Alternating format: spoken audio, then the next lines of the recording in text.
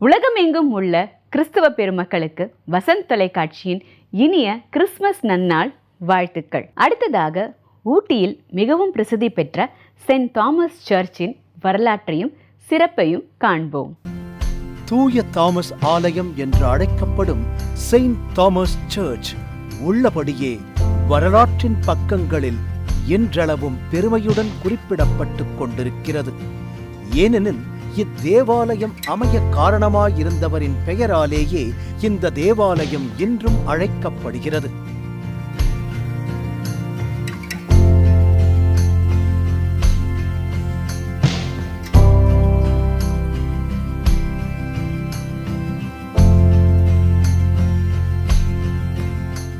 ஊட்டியின் உயரமான கட்டிடங்களில் இதுவும் ஒன்று என்பது குறிப்பிடத்தக்கது.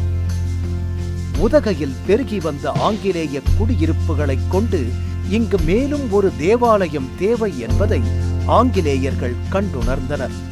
ஆகையால் பேராயர் தாமஸ் டி லேட்ரி இதனை முன்னெடுத்தார். பல்வேறு விண்ணப்பங்கள், பேச்சுவார்த்தைகள், முன்னெடுப்புகள் இவைகளை தாண்டி இத்தேவாலயம் 1866 ஆண்டு அடிக்கல் நாட்டப்பட்டு வேலைகள் தொடங்கப்பட்டன. இதில் ஒரு விஷயம் என்னவென்றால், இத்தேவாலயத்திற்கு என வாஞ்சையுடன் திட்டங்களை தொடங்கிய பேராயர் தாமஸ் அடிக்கல் நாட்டப்படும் முன்னரே கர்த்தருக்குள் ஐக்கியமாகிவிட்டார்.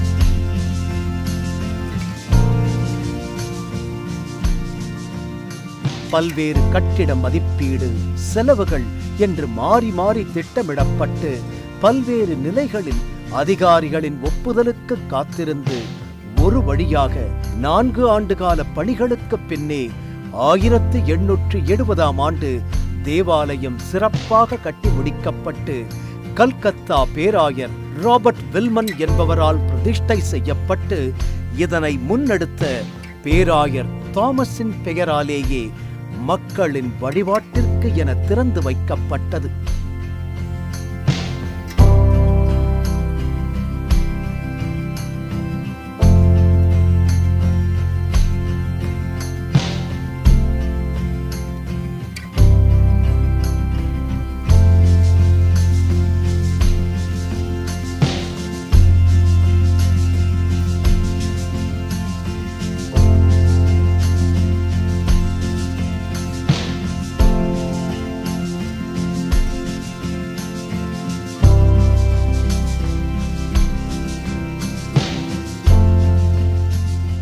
இதன் பிரம்மாண்ட கட்டிடக்கலை மேலை நாட்டு தேவாலயங்களை ஒத்தே இருந்தது.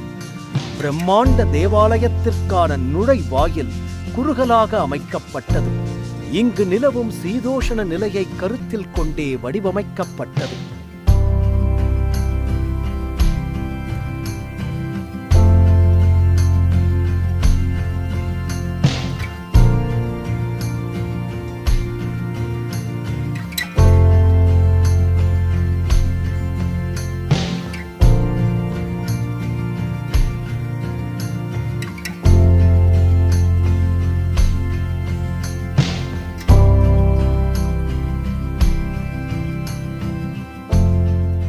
கட்டிடத்தின் உச்சியில் சிலுவை கம்பீரமாய் காட்சியளிக்கிறது.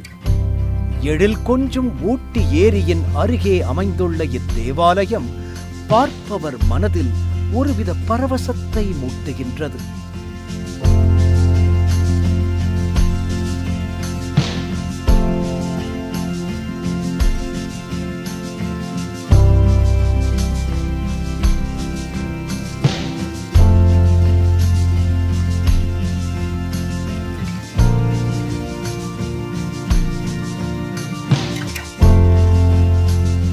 இத்தேவாலயத்தின் உட்கட்டிட வடிவமைப்பு பண்டைய கட்டிடக்கலையின் மாண்பை பறைசாற்றுகின்றன.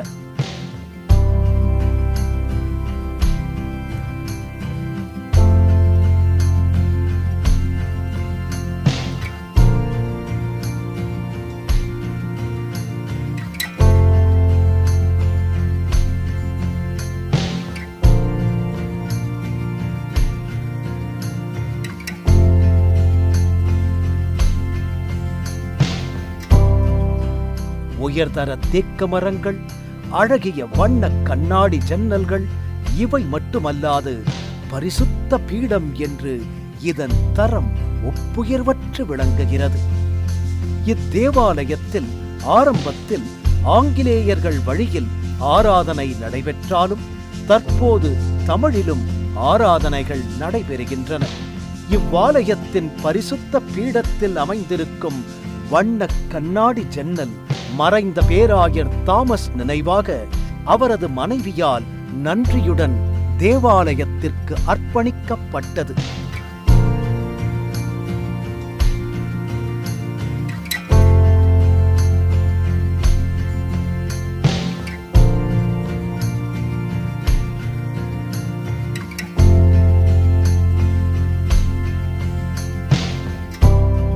இத்தேவாலயத்தின் கம்பீர மணியோசை நூற்றாண்டுகளையும் தாண்டி உதகையின் மலை முகடுகளில் இன்றளவும் எதிரொலிக்கின்றது. இத்தேவாலயத்தின் ஆர்கன் எனும் இசைக்கருவி இன்றளவும் பயன்பாட்டில் உள்ளது. இத்தேவாலயத்தை சுற்றி அமைந்துள்ள கல்லறை தோட்டம் உலக பிரசித்தி பெற்றது. சுவாமி விவேகானந்தரின் காரியதரிசிகளான 2 பிரிட்டிஷார்கள் ஜான் காட்வின் மற்றும் பேட்ரிக் ஆடம் இருவரது கல்லறையும் இங்கேதான் அமைந்துள்ளன. இவர்களைத் தவிர பல்வேறு ஆயர்கள் மற்றும் கிறிஸ்துவ பாதிரிமார்களின் கல்லறை இங்கேதான் அமைந்திருக்கின்றன.